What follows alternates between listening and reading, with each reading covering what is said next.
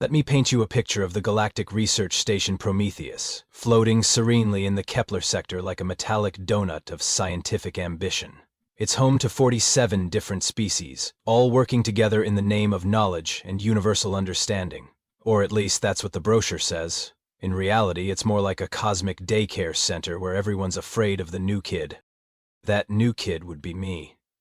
Dr. Marcus Webb, xenobiologist, coffee addict, and apparently the galaxy's most fascinating specimen, despite being the one doing the studying.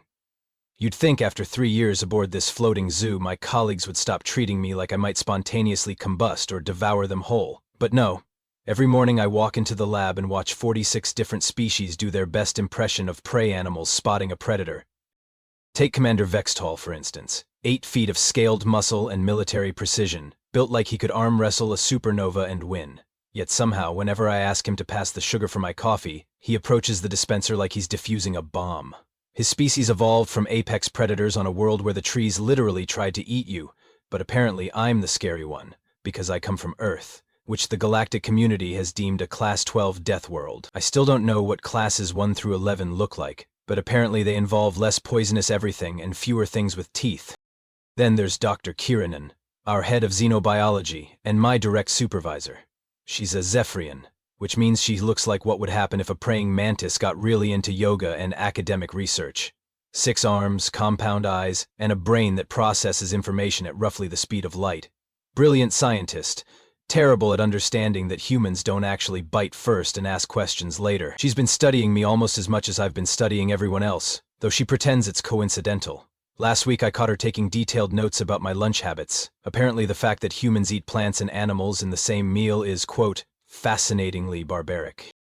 The irony isn't lost on me that I came here to study alien life only to become the primary subject of study myself.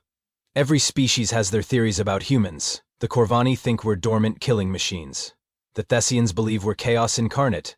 The Melody just hide whenever I enter a room, which is honestly kind of rude but probably the most sensible response. But today is special, because today they're bringing aboard something that has everyone more nervous than usual, and trust me, that's saying something.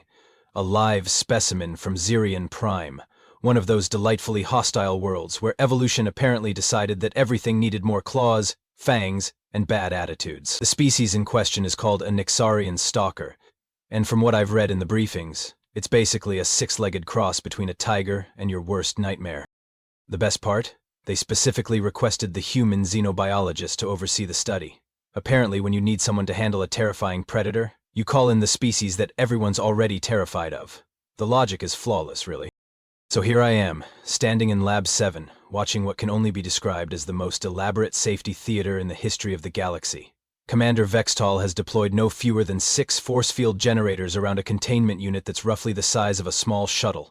Dr. Kiranan is operating 3 different scanning devices simultaneously while muttering calculations under her breath in what I'm pretty sure is a prayer to the Zephyrian goddess of not getting eaten. The security detail consists of 12 armed guards positioned at strategic points around the lab, all carrying weapons that could probably vaporize a small moon. For context, when they brought in those acid-spitting plants from the vegan collective last month, they used 2 guards and a fire extinguisher. Dr. Webb, Commander Vextall announces, his voice carrying that particular tone of someone who's convinced they're about to witness a gruesome death. The specimen will be released momentarily. Please maintain a safe distance of at least 50 meters. I glance around the lab. Vex, this entire lab is only 40 meters long. Then perhaps we should relocate to the cargo bay. For a baby? The silence that follows is deafening. Dr. Kiranan's compound eyes somehow manage to convey incredulous disbelief, which is honestly impressive, given that compound eyes usually just convey compoundness. Baby, she chittering says, all 6 arms gesticulating wildly. Dr. Webb, this specimen is a juvenile Nixarian stalker, apex predator of one of the most hostile worlds in the known galaxy. Its claws can slice through reinforced titanium, its bite force exceeds 12,000 pounds per square inch, and it's capable of leap striking from over 30 meters away. And how old is it? More silence. Vextall consults his datapad with the intensity of someone defusing a nuclear device. Approximately 4 months standard. 4 months. I nod slowly. So, a baby. Before anyone can stop me, I walk right up to the containment unit and peer through the transparent aluminum viewing port. Inside, huddled in the corner like it's trying to make itself as small as possible, is what I can only describe as the most adorable killing machine I've ever seen. Picture a tiger, right? Now give it 6 legs, make it roughly the size of a golden retriever, add some really impressive fangs, and cover it in fur that shifts between deep purple and silver depending on the light. Its eyes are this incredible amber color, and right now they are wide with what any idiot with half a brain could recognize as pure, unadulterated terror. "Oh, look at you," I say, completely ignoring the collective intake of breath from behind me. "You're scared out of your mind, aren't you, buddy?" The creature, which the crew has apparently nicknamed Razor, because of course they have, tilts its head at the sound of my voice. Its ears, which I notice are absolutely enormous and probably the cutest thing I've ever seen, perk up slightly. "Dr. Webb, please step back from the containment unit," Vextile says, and I can hear him checking his sidearm. The creature appears to be exhibiting pre-attack behavior. I look over my shoulder at him. Pre-attack behavior? It's cowering in the corner like someone's about to give it a bath. Exactly. Classic predator deception tactics. Right. Because obviously the first thing any apex predator thinks when confronted with a room full of armed guards and force fields is, I should probably pretend to be scared to lure them into a false sense of security. The tactical brilliance of a 4-month-old baby, everyone. The creature lets out a small sound, somewhere between a whimper and a chirp, and I watch 46 different species simultaneously reach for their weapons. Meanwhile, I'm standing here thinking that if this is what the galaxy considers a terrifying apex predator, I really need to show them some nature documentaries from Earth. Wait until they see what a honey badger can do. Now, what happens next is going to go down in station history as either the moment humanity proved its dominance over the galaxy's most feared creatures, or the day Dr. Marcus Webb lost his damn mind. I prefer the first interpretation, but I'm willing to accept that both might be true. "Computer, deactivate containment field," I say, because apparently I've decided that today is a good day to give Commander Vextile a heart attack. "Negative," Vextile barks immediately. "Computer, belay that order. Dr. Webb, step away from the containment unit immediately." "Vex, relax. Look at this thing. It's not dangerous, it's traumatized. Probably just been ripped away from its family and shipped halfway across the galaxy in a metal box. How would you feel?" "I would feel like maintaining the containment protocols," he roars, which is honestly the most emotion I've ever seen from him. But here's the thing about humans that the rest of the galaxy hasn't quite figured out yet. We're really, really good at reading body language. It comes from evolving alongside hundreds of other species on a world where everything wanted to eat everything else. You learn to tell the difference between, "I'm about to attack you," and "I'm scared and want my mommy" pretty quickly. Or, you become fertilizer. Dr. Kiranon is frantically working her scanners. Elevated stress hormones detected in the specimen, increased heart rate, defensive posturing. "Dr. Webb, this confirms aggressive intent." "Or," I say, reaching slowly for the manual release on the containment field, "it confirms that it's a frightened baby in a strange place surrounded by weird aliens." I hit the release. The collective gasp from the assembled crowd could probably power a small space station. Vextile draws his weapon. 3 guards faint. Dr. Kiranon makes a sound like a tea kettle having an existential crisis. And Razor? Razor takes one look around the room, spots me standing there with my hands in a non-threatening position, and does something that breaks the brains of everyone present. The allegedly galaxy-ending apex predator walks over to me and sits down. Not pounces, not stalks, not prepares to leap strike from 30 meters away. Sits, like a dog waiting for a treat. "Hello there, beautiful," I say softly, crouching down to its level. "That's better, isn't it?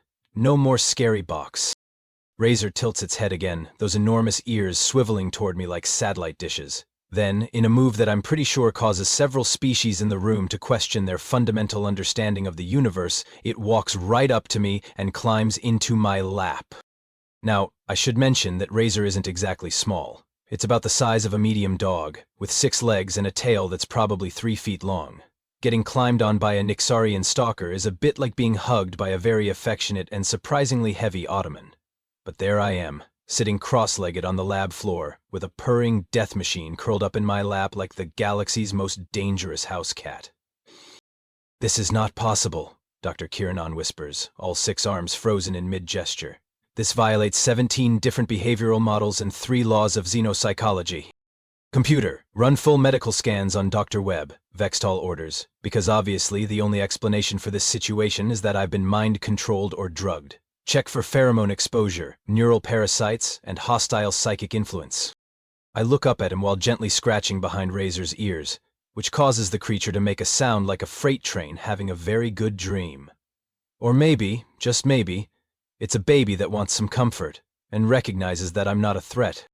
You are the apex predator species in the known galaxy, Vextal points out, as if I might have forgotten. Everything should be afraid of you. Yeah, well, apparently babies are too stupid to be afraid of the right things.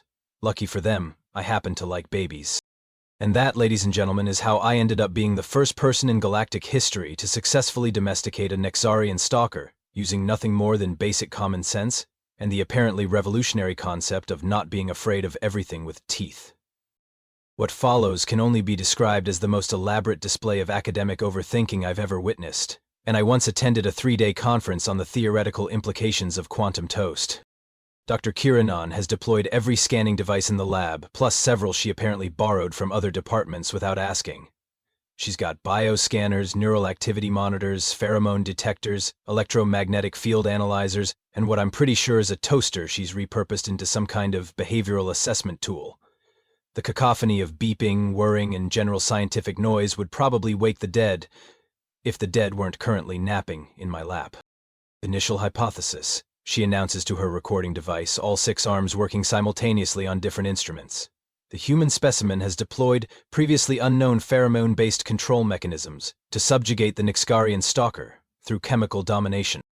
Chemical domination? I ask, gently stroking Razor's fur. The little guy has apparently decided that my knee makes an excellent pillow and is purring so loudly that I'm worried he might achieve nuclear fusion. Kira, I took a shower this morning. The only chemicals I'm emitting are soap residue and mild exasperation. She ignores me completely, which is becoming a theme. Secondary hypothesis, the human has established alpha dominance through intimidation tactics too subtle for our instruments to detect.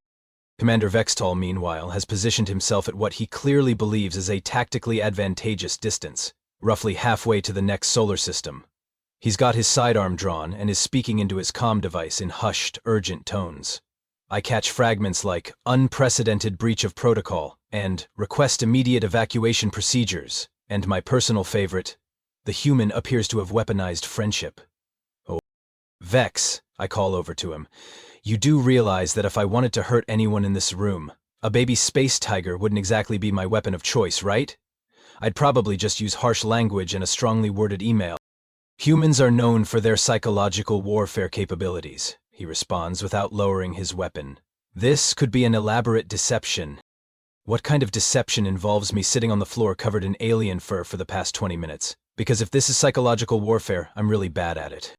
Dr. Kiranan suddenly makes an excited chittering sound that I've learned means she's either made a breakthrough or found something shiny. Fascinating. The creature's neural patterns show elevated levels of oxytocin, dopamine, and several bonding hormones we don't have names for yet. It appears to have imprinted on Dr. Webb as a parental figure. Congratulations, Dr. Webb, Vextal says with the tone of someone announcing a terminal diagnosis. You are now the legal guardian of a Class 5 apex predator. Class 5? Yesterday you told me it was a Class 12 Deathworld species. That's the planet classification. The species itself is only Class 5. What's Class 6? There's an uncomfortable pause. Humans, Vextal admits reluctantly. I blinked. We're a higher threat class than this thing? Significantly higher. Razor chooses this moment to roll onto his back in my lap, exposing his belly and making soft trilling sounds that I'm pretty sure translate to belly rubs, please. His 6 legs kick gently in the air and his tail does this little wagging thing that's probably the most adorable threat display in galactic history. This is unprecedented, Dr. Kiranan mutters, frantically taking notes. Apex predator species do not exhibit submissive behaviors. They do not seek comfort from other predators. They certainly do not present vulnerability displays to potential threats. Maybe that's because you've never tried not being threatening, I suggest, giving Razor the belly rubs he's clearly demanding. His purring somehow gets even louder and I swear I can feel the vibrations in my bones. Look, this isn't rocket science. Baby animals, regardless of species, have certain universal needs: food, safety, comfort, social interaction. Right now, I'm the only thing in this room that's not pointing a weapon at him or trying to scan his brainwaves. But the behavioral models clearly state Your behavioral models are based on adult specimens in hostile environments, I interrupt. Of course they're going to be aggressive. You're studying them under worst-case conditions and then acting surprised when they behave defensively. Dr. Kiranan pauses her note-taking, which is the academic equivalent of a record scratch. Are you suggesting that our entire understanding of Nixarian stalker behavior is fundamentally flawed? I'm suggesting that maybe, just maybe, if you want to understand how a species actually behaves, you should try not terrifying them first. The lab falls silent except for Razor's contented purring and the gentle hum of life support systems. It's the kind of silence that usually precedes either a major scientific breakthrough or a complete mental breakdown. Sometimes both. Computer, Dr. Kiranan says slowly. Cross-sector all previous Nixarian stalker behavioral studies with capture and containment methodologies. There's a pause as the computer processes the request. Then, analysis complete. 100% of behavioral studies were conducted on specimens captured via tranquilization, forcible restraint, or territorial invasion protocols. Another pause. So, I say conversationally, while Razor starts grooming my hand with a tongue that feels like sandpaper but with good intentions. Anyone want to revise those behavioral models? You know, there's a moment in every great scientific discovery when everything clicks into place, and suddenly the universe makes a little more sense. This is not one of those moments. This is one of those moments when the universe decides to grab science by the collar, shake it really hard, and laugh maniacally while everyone scrambles to figure out what just happened. Dr. Kiranan is staring at her instruments like they've personally betrayed her. Commander Vextal has lowered his weapon but keeps glancing at it like he's not entirely sure that was a good idea. And Razor has apparently decided that my sleeve is the most fascinating thing in the known galaxy and is trying to fit the entire cuff in his mouth. I don't understand, Dr. Kiranan says, and coming from someone whose species processes information at light speed, that's genuinely concerning. According to our xenobiological classifications, Nixarian stalkers should be exhibiting dominant behavioral patterns. They're apex predators. They should be predating. About that, I say, gently extracting my sleeve from Razor's determined chewing. I hate to be the bearer of bad news, but I don't think they're actually apex predators. The silence that follows is so complete I can hear the station's artificial gravity humming. Excuse me? Vextal says in the tone of someone who's just been told that mathematics is actually optional. Think about it logically. Real apex predators don't usually travel in groups, right? They're territorial, aggressive, solitary. But according to your own files, Nixarian stalkers live in family units of 15 to 20 individuals. They cooperate in hunting, they share resources, and they have complex social hierarchies. I pause to redirect Razor's attention from my sleeve to a small laser pointer I keep in my pocket for exactly these kinds of situations. His eyes immediately lock onto the red dot with the kind of focus usually reserved for religious experiences. Plus, I continue, while Razor begins an elaborate stalking routine that involves a lot of wiggling and absolutely zero stealth, look at this guy's behavior. He's not trying to establish dominance or claim territory.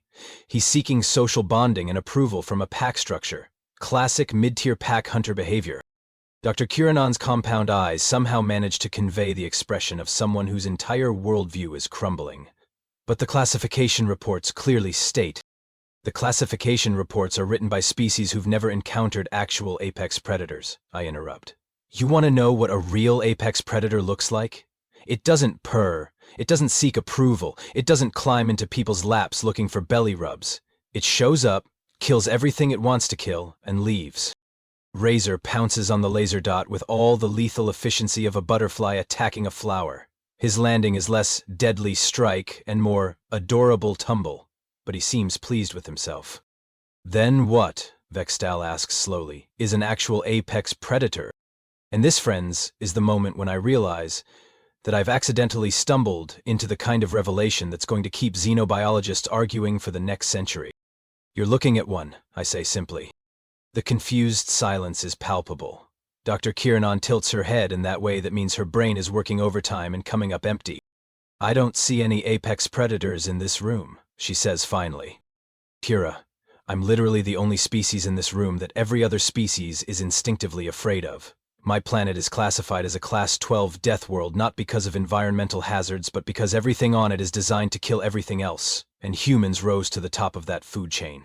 We didn't just survive on Earth, We conquered it so thoroughly that we had to invent nature preserves to keep other species from going extinct. I watched the realization dawn on their faces like a really slow, really uncomfortable sunrise. Humans aren't just another species, I continue, scratching behind Razor's ears while he attempts to fit his entire head under my palm. We're what happens when evolution decides to create something so effective at predation that it gets bored with hunting and starts keeping other species as pets for entertainment. Vexthal's hand moves unconsciously back toward his weapon. But humans are so friendly? That's the scariest part, isn't it? We're friendly because we can afford to be. We're not threatened by anything in this room, this station, or, frankly, most of this galaxy. We keep other species as companions not because we need them, but because we like them. Do you know how apex that is? Dr. Kiranon makes a small choking sound. The bonding behavior, the pack mentality. Dr. Webb, are you suggesting that humans domesticate other species for psychological satisfaction? I'm not suggesting it, I'm stating it. Earth has dozens of species that we've completely altered through selective breeding just because we thought they'd be better companions that way. We took wolves, one of our planet's most successful predators, and turned them into pugs. For fun. Razor has apparently gotten bored with the laser pointer and has decided that Commander Vextal looks interesting. He starts walking toward the 8-foot-tall, heavily armed, military-trained reptilian with all the caution of someone approaching a vending machine. He's coming this way, Vextal says, his voice climbing several octaves. Yeah, probably wants to say hello. Nixarian stalkers are pack animals, remember? He's trying to figure out where you fit in the social hierarchy. Where I fit, Vextal squeaks as Razor sits down directly in front of him and looks up expectantly. Well, you're not the alpha, that's obviously me. You're probably beta or gamma, depending on how he reads your threat level versus your utility to the pack. Razor makes a small chirping sound and extends one paw toward Vextal's boot. It's possibly the most non-threatening gesture in the universe, but Vextal jumps backward like he's been offered a live grenade. This is impossible, Dr. Kiranon mutters. Our entire understanding of interspecies dynamics, predator hierarchies, galactic threat assessments, it's all wrong. Not wrong, I correct gently, just incomplete. You've been studying the galaxy from the perspective of prey species, trying to understand predators. You never considered what it would look like from the predator's perspective. And that, my friends, is how a 4-month-old space tiger accidentally revolutionized galactic xenobiology by demonstrating that humans aren't just another species in the cosmic community. We're the apex predators, who decided that making friends was more fun than making enemies. 3 weeks later, I'm sitting in my newly expanded lab, watching Razor attempt to catch his own tail with all the fierce determination of someone trying to solve faster-than-light travel. He's gotten bigger in the short time he's been here, probably because someone keeps sneaking him extra food rations. That someone being me, obviously, because apparently I've fully embraced my role as the galaxy's most dangerous babysitter. The station has adapted to our new reality with the kind of flexible thinking that makes me proud to be part of this cosmic community. Assuming flexible thinking includes installing 17 additional safety protocols and requiring everyone to carry emergency beacons whenever they enter my lab. Commander Vextal still won't get within 10 feet of Razor, but he's stopped drawing his weapon every time the little guy yawns. So I call that progress. Dr. Kiranon has completely restructured the xenobiology department around what she's calling the Webb paradigm, which is simultaneously the most flattering and most terrifying thing anyone's ever named after me. Essentially, it boils down to this. If you want to understand a species, don't capture them in their worst moments and then act surprised when they behave badly. Revolutionary stuff, really. Dr. Webb, comes a familiar chittering voice from the lab entrance. I look up to see Kiranon hovering in the doorway, all 6 arms clutching various datapads and recording devices. Behind her lurks what appears to be half the station's scientific staff, all trying to look casual while obviously hoping to catch a glimpse of the ongoing miracle of interspecies cooperation. Morning, Kira. What's the latest crisis in our understanding of the universe? Actually, we have a request. She pauses, and I can practically hear the gears turning in her compound brain. The Galactic Research Council has approved our proposal for expanded predator studies. They want to send us more specimens. I raise an eyebrow, while Razor abandons his tail chasing to investigate a particularly fascinating dust mote. More specimens? What kind of specimens? Well, there's a juvenile Zarian night hunter that's been causing problems at Research Station Kepler-7. Apparently it won't stop trying to build nests in their computer systems. Then, there's a family of Altarian ridge stalkers that have been confiscating food shipments from cargo vessels, but only taking the desserts. Oh, and the vegan collective has asked us to take custody of something they're calling a doom puppy, though I suspect that's not its scientific classification.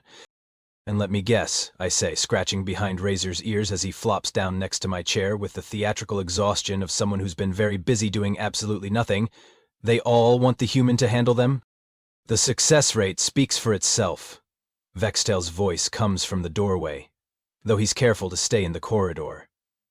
Word has spread throughout the scientific community about your methods. My methods being treat them like living beings instead of weapons of mass destruction? Exactly. It's completely revolutionary. Dr. Kiranan steps fully into the lab, her confidence clearly bolstered by 3 weeks of not being eaten. The preliminary reports are fascinating, Dr. Webb. Stress hormone levels in captured specimens drop by an average of 87% when handled using human protocols. Aggressive behaviors decrease by 92%. Social bonding increases by... Kira, they're less stressed because someone's finally being nice to them. You don't need statistics to explain kindness. But we do need statistics to convince the Galactic Council to restructure their entire approach to xenobiological research, she points out, which is unfortunately valid. Razor has apparently decided that this conversation is far less interesting than the possibility of getting more attention from me. He stands up, stretches in that way that cats do when they want everyone to know they're the most important thing in the room, and proceeds to climb directly onto my desk. This involves knocking over approximately half of my equipment, but he seems pleased with himself. So what you're telling me, I say, moving my coffee mug before it becomes a casualty of Razor's quest for optimal positioning, is that I'm now the galaxy's official dangerous creature whisperer. Director of Apex Predator Relations, Vextal corrects. It comes with a significant pay increase and your own research division. Plus, Dr. Kiranan adds excitedly, we're installing a specialized habitat section, climate-controlled environments, advanced medical facilities, recreational spaces designed for high-intelligence predator species. It'll be like a resort, except for creatures that could theoretically end civilizations. I look around the lab, taking in the collection of scientists who 3 weeks ago were convinced I was going to get them all killed, and who are now excited about the prospect of housing even more dangerous creatures. Razor has claimed the center of my desk as his personal throne, and is surveying his domain with the satisfaction of someone who has successfully trained an entire space station to cater to his needs. You know what the funny thing is? I say, giving Razor's head a gentle pat that makes him purr loud enough to rattle the equipment. 3 weeks ago, you were all terrified of me. Now you want me to collect more things for you to be terrified of. We were never terrified of you, Dr. Webb, Vexal protests from his safe distance. We were cautiously respectful. Vex, you once hid behind a potted plant because I asked you to help me move a box.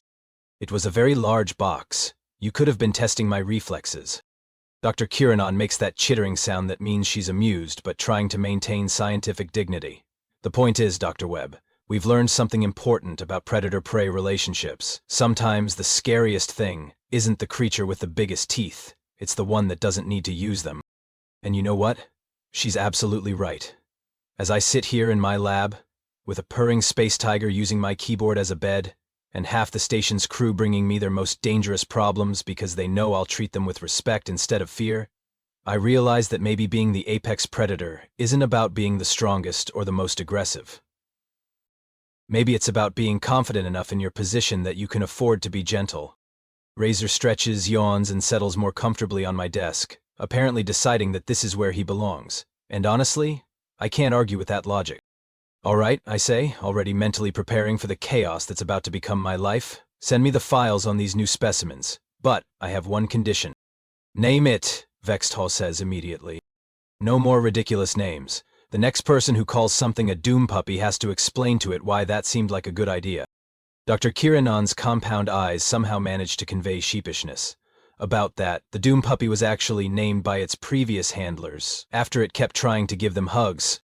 I stare at her. It's called a doom puppy because it's affectionate? Apparently, being hugged by a creature with retractable spines is considered an act of aggression by most species. Of course it is. I look down at Razor, who is now sprawled across my entire desk like he owns the place. Which, let's be honest, he probably does. Well, buddy, looks like you're about to get some friends. Think you can handle being part of a pack again? Razor opens one amber eye, looks at me with the kind of expression that clearly says, as long as the belly rubs continue, I'm flexible, and goes back to napping. And that's how I accidentally became the director of what is essentially a very dangerous petting zoo, staffed by scientists who are still convinced I might eat them at any moment, but are willing to risk it for the sake of advancing our understanding of the universe. Best job in the galaxy, honestly.